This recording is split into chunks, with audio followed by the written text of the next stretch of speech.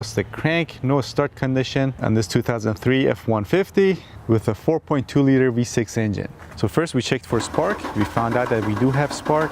Then we checked for fuel pressure. We found out there is no fuel pressure. And then before condemning our fuel pump, we checked our fuel pump relay and the wiring that goes to the fuel pump relay. And we came to the conclusion that all of those are fine. So the next logical step was to kick the hell out of our fuel tank, and maybe our fuel pump will start so I can take this to the auction and ship it off. But even that didn't work. So today we're gonna try to swap out our fuel pump.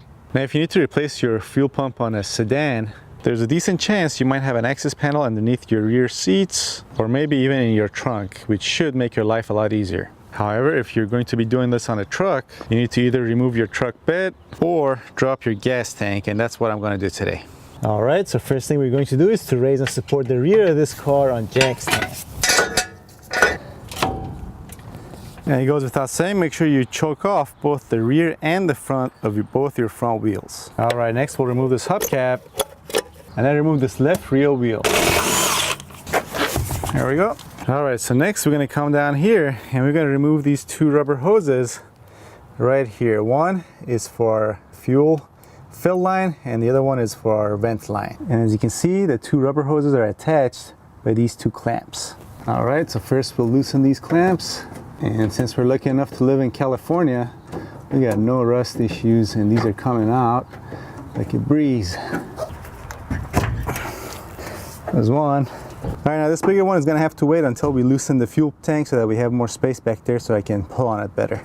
All right, next we're gonna remove these four 12mm 12-point bolts that are attaching our drive shaft to our rear differential.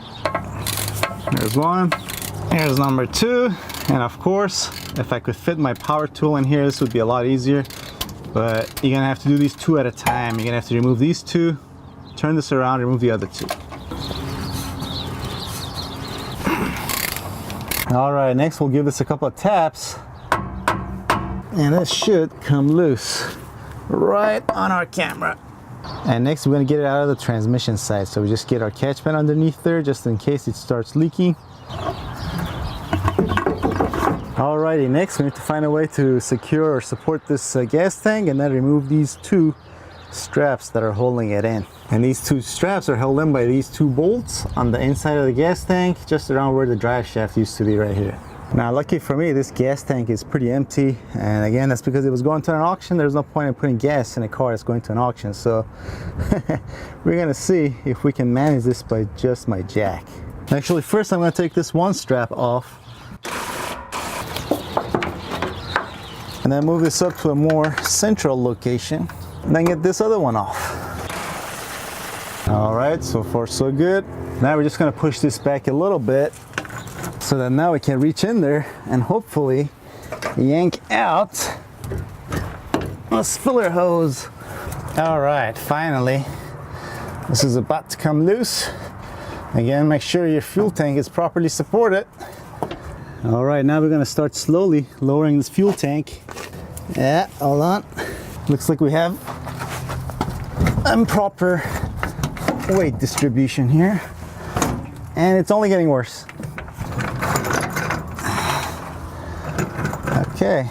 All right, so I don't know how much of this I can show you guys, but next I'm going to remove this evap line that goes towards the rear of the tank, and then there's a fuel pressure sensor, I believe, connector for it right there that I'm going to remove. There's that.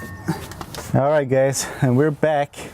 And I think I got everything loosened, but I had to turn off the camera because, as you can see, things got kind of hectic. Watch the Houdini at work, guys. They don't teach you this stuff at mechanic school. Let's get this out of here. Yo, not here, goddammit. All right, now you can see better what needs to be removed. So you get an evap line that goes here.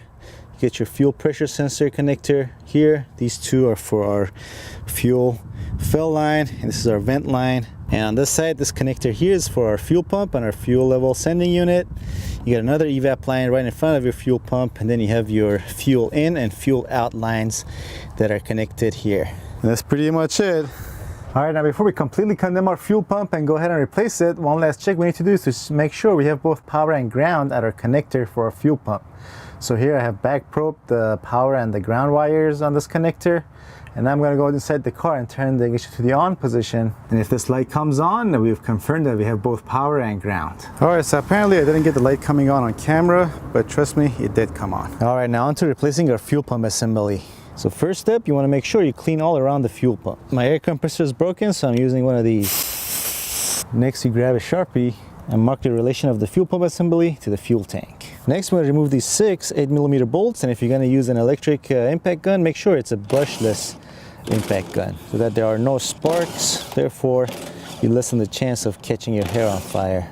And with some gentle prying, this should come loose. There we go. And here's a close look at our fuel pump assembly. Here's our fuel pump, obviously. Here's your fuel level sending unit. Now you can either replace this whole unit or get a fuel pump with the fuel pump kit and just replace the fuel pump. And in my case, this saves me about $60, so that's what I'm going to do. All right, this should go fairly easy. First thing we're going to do is to remove this clamp. Next, we're going to remove this clamp, which is held on by this bolt right here. Get this fuel pump out. Remove that hose and the fuel pump connector. There we go. Now, lucky for us, on this kit, we got our wiring harness adapter. We'll just slide this on here and onto the new fuel pump. Insert the hose over the fuel pump. Then realize the old hose is too short. Cut the hose from our kit down to size.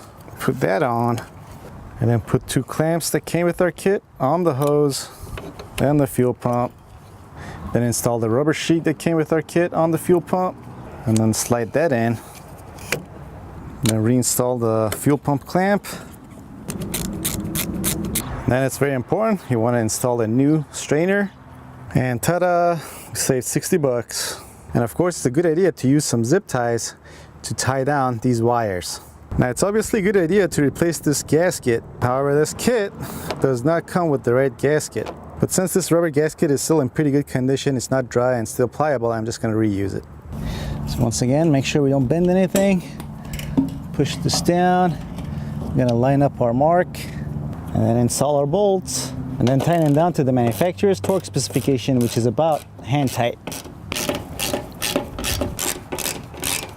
All right, now it's time to reinstall our fuel tank. Now, I'm not going to record the rest of this because it's just going to be pretty much the reversal of removal, but just know that I'm going to have a lot of fun. Now, all right, guys, it's finally in. Ended up using 2 jacks, 1 on each side, and then slowly pushed it up. And then with the help of the F-bomb, was able to finally install it. So here's the moment of truth.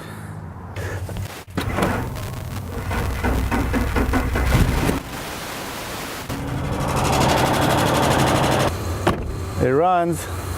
As you probably heard, it's got a massive exhaust leak. So there, as you guys hopefully heard, our car runs now. We were able to fix our crank no start issue. So yeah, this should do it. Hopefully this video helped you out. If it did, do me a favor and share this video. Also check out these other related videos, of which I'll put links to on this side of the screen. There will also be links down below in the description box as well. All right, thanks for watching. I'll see you guys next time.